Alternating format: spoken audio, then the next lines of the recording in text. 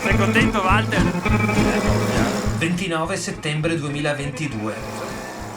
Stiamo portando le casse per fare il DJ set presso il Circolo 3 Agosto a Venezia.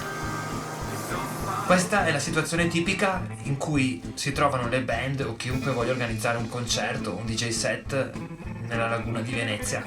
Ci vuole un barchino, Sto documentando. braccia, tempo, insomma un bello sbattimento. Mi presento, sono Pido, chitarrista dei Destroyer Gondolas e fanatico del rock and roll. Ad inizio 2022 Sloveni Recordings mi ha chiesto di aiutarli a organizzare il We're Loud Fest a Venezia. Il We're Loud è un evento fantastico ed ero contentissimo che si svolgesse nella mia città, nonostante il fatto che mi sia ben chiaro quanto sia difficile organizzare un concerto di rock and roll a Venezia. Fondamentalmente non esistono club e non ci sono posti adeguati. Quindi abbiamo deciso di affittare una grande barca per fare i concerti nel weekend e organizzare alcuni piccoli eventi in alcune location in giro per la città.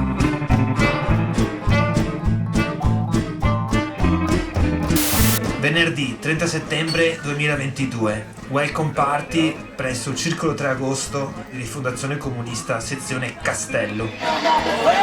È l'unico posto alla fine che si è reso disponibile a ospitare questa serata. Il circolo conserva la memoria storica dell'antifascismo veneziano. Il suo bar autogestito offre la birra più economica della città. Nonostante la pioggia, la festa viene una bomba. Ed è bellissimo vedere questa strana mescolanza fra gente da tutto il mondo venuta per il festival, tanti amici di Venezia e la gente del quartiere che frequenta questo posto da sempre. Facciamo festa fino a tardi e questa è probabilmente la serata del festival in cui mi sono divertito di più proprio a causa di questa strana mescolanza in un posto veramente speciale. Sabato 1 ottobre, primo giorno ufficiale del Festival We're Loud a Venezia. Ho i postumi di una colossale sbronza di birra. Oggi è il gran giorno degli eventi principali del We're Loud Fest. Nastro isolante. Il primo appuntamento di oggi è alle 10 del mattino al Tronchetto, la zona portuale di Venezia, con Paul e Lele, i fonici dell'associazione Ghiaccio 9, per caricare l'attrezzatura tecnica che ci servirà oggi. Ghiaccio 9 è l'associazione che abbiamo creato circa 3 anni fa per organizzare concerti indipendenti e promuovere la musica nella zona. Siamo suddivisi in 2 squadre. Una più piccola seguirà l'evento dei One Man Band sul barchino in fondamenta Canareggio. L'altra squadra più grande invece farà il setup e seguirà gli eventi principali sul lancione Gran Turismo che partirà alle 7 da Fusina. Il mio amico Walter ha messo a disposizione la sua barca all'estendola per il concerto degli One Man Band. Erano anni che volevo fare una cosa del genere. Ho un po' di timore per eventuali controlli delle forze dell'ordine, in quanto è stato impossibile reperire tutti i permessi che sarebbero stati necessari a svolgere l'evento a norma di legge. L'appuntamento con il pubblico è in fondamenta della Misericordia, davanti a Marcianino, un pub gestito dall'amico Daniele che ci ha supportato nell'organizzazione del festival.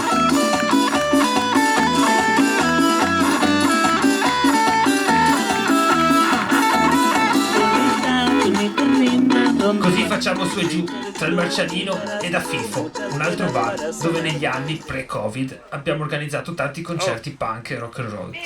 Oh, siamo arrivati. Il variopinto pubblico si sposta tra queste 2 location facendo tappa anche per un bicchiere da mezzo pieno, il Baccaro, cioè un bar in veneziano. Tutto si svolge senza problemi. Un mio piccolo sogno si è realizzato. 2 incredibili one man band come Bloodshot Bill e Rolando Bruno hanno suonato su un barchino su e giù per la fondamenta della Misericordia. Arrivano presto alle 6 di sera e bisogna spostarsi verso la fondamenta delle Zattere, dove attraccherà la barca dei concerti serali. I miei compari dell'associazione Ghiaccio 9 hanno fatto un incredibile lavoro nell'allestire la barca. Il pubblico non vede l'ora di imbarcarsi. We're Loud, dai che andiamo! Ma con calma. Aprono le danze i Dirtist da Firenze che con dei volumi allucinanti hanno stuprato per bene le orecchie di tutti i presenti. Dopodiché non parlo dello sbattimento fra trasporti, burocrazia, DJ set, fatto fino adesso. Suono anche la chitarra con la mia band, i Destroyer Gondolas. Giochiamo in casa. Non mi ricordo praticamente niente del concerto perché ero già sbronzo, però mi sembra che sia andata abbastanza bene. Perdo quasi completamente il concerto degli Anomalies mentre cerco di riprendermi dall'esibizione con i Destroyer Gondolas. Anche dello show degli Ocmonix ricordo poco, se non un miracoloso intervento al cavo di alimentazione dell'organo anni 60 che abbiamo fatto funzionare miracolosamente con 50.000 giri di nastro da elettricista.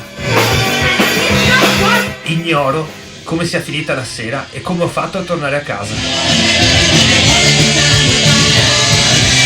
Domenica 2 ottobre, ultimo giorno del festival a Venezia. Mi sveglio piuttosto presto per andare a recuperare la strumentazione lasciata ai fondamenta della Misericordia il giorno prima. E dopo averla portata di nuovo al tronchetto e caricata su un furgone, mi avvio al Circolabout dove si esibirà San Isidro.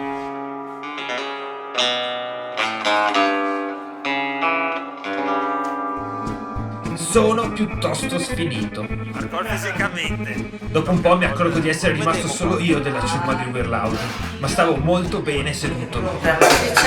Mi incammino verso le zattere. Oggi la barca parte prima, alle 6 di sera.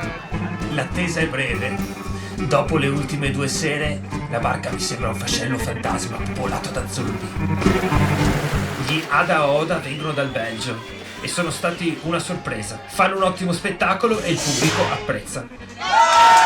Bloodshot Bill, che dire, è sempre una sicurezza.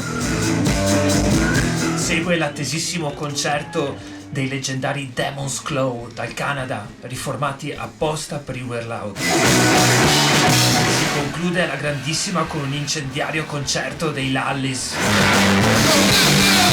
Si continua a fare festa fino all'1 di notte. Dopodiché attracchiamo di nuovo a Fusina, tutti scendono tranne noi che in 5 dell'organizzazione smontiamo tutta la parte tecnica, audio, luci e il bar. Una sbatta pazzesca.